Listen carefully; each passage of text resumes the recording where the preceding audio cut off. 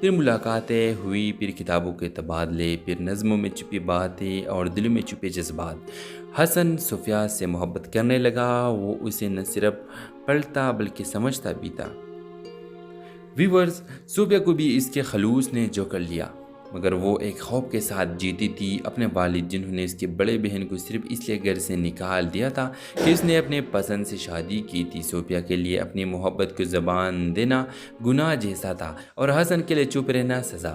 جب حسن نے رشتہ بھیجا تو صوفیہ کے والد نے بغیر ملے انکار کر دیا کہ ہم بیٹے کو بیچا نہیں کرتے، محبت نہیں سنتے۔ صوفیہ نے چپ سے آگے بڑھے مگر اس کے دل وہی رہ گیا۔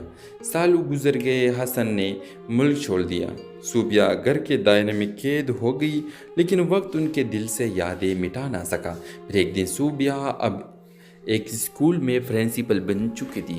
جب ایک تعلیمی کانفرنس میں شریک ہوتی ہے تو ایک مقرر کی آواز سنتے ہی ساکت رہ جاتی ہے۔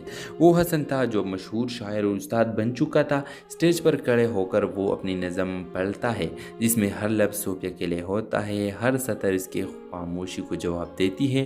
سب کے سامنے وہ کہتا ہے، کچھ رشتے وقت سے نہیں ارادے سے جیتے ہیں۔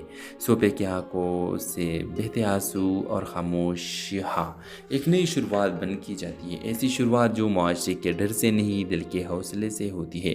اگر آپ اس ڈرامہ سے کے حوالے سے اپنے رائے کی اظہار دینا چاہتے ہیں تو کمنٹ سیکشن میں دیجیے اور ساتھ میں ہمارے یوٹیوب کا چینل سبسکرائب کرنا مت بھولیے۔ تھینکس فار واچنگ، اللہ حافظ۔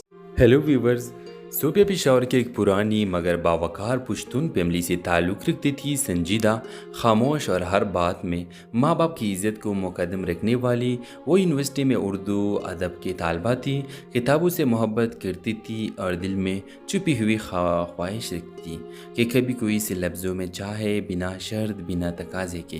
حسن لاہور سے آیا ہوا ایک ذہین اور کھلا مزاج لڑکا جو انجینئرنگ کے ساتھ ساتھ شاعری کا بھی شوقین تھا، اس یونیورسٹی میں اسکالرشپ پر آیا تھا۔ وہ صوفیہ سے پہلی بار لائبریری میں ملا جہاں پر ایک پرانی کتاب دونوں کے نظریں ایک ساتھ پڑھے۔ وہ معمولی لمحہ ایک خاموش آغاز بن گیا، پھر ملاقاتیں ہوئی، پھر کتابوں کے تبادلے، پھر نظموں میں چھپی باتیں اور دلوں میں چھپے جذبات۔ حسن صوفیہ سے محبت کرنے لگا، وہ اسے نہ صرف پڑھتا بلکہ سمجھتا بھی تھا۔ ویورز، صوفیہ کو بھی اس کے خلوص نے جو کر لیا، مگر وہ ایک خوف کے ساتھ جیتی تھی، اپنے والد جنہوں نے اس کے بڑے بہن کو صرف اس لیے گھر سے نکال دیا تھا کہ اس نے اپنے پسند سے شادی کی تھی۔ صوفیہ کے لیے اپنی محبت کو زبان دینا گناہ جیسا تھا اور حسن کے لیے چپ رہنا سزا۔ جب حسن نے رشتہ بھیجا تو صوفیہ کے والد نے بغیر ملے انکار کر دیا کہ ہم بیٹے کو بیچا نہیں کرتے، محبت